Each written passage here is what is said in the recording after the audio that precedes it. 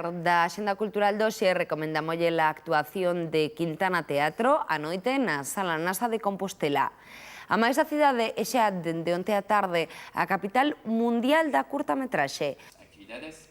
A cuarta edición do Festival Internacional de Curtas de Santiago inaugurouse oficialmente este martes con producións que forman parte da competición internacional.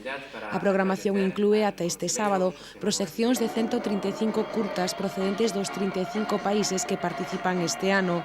Pasaránse a máis pezas de videocreacións e micromovies.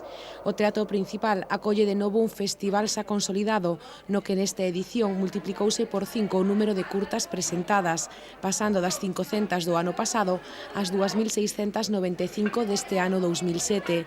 No marco deste festival, durante eses días danse cita en Santiago profesionais do sector audiovisual que poderán participar no segundo Mercado Internacional de Curtas que acolle a Fundación Gonzalo Torrente Ballester.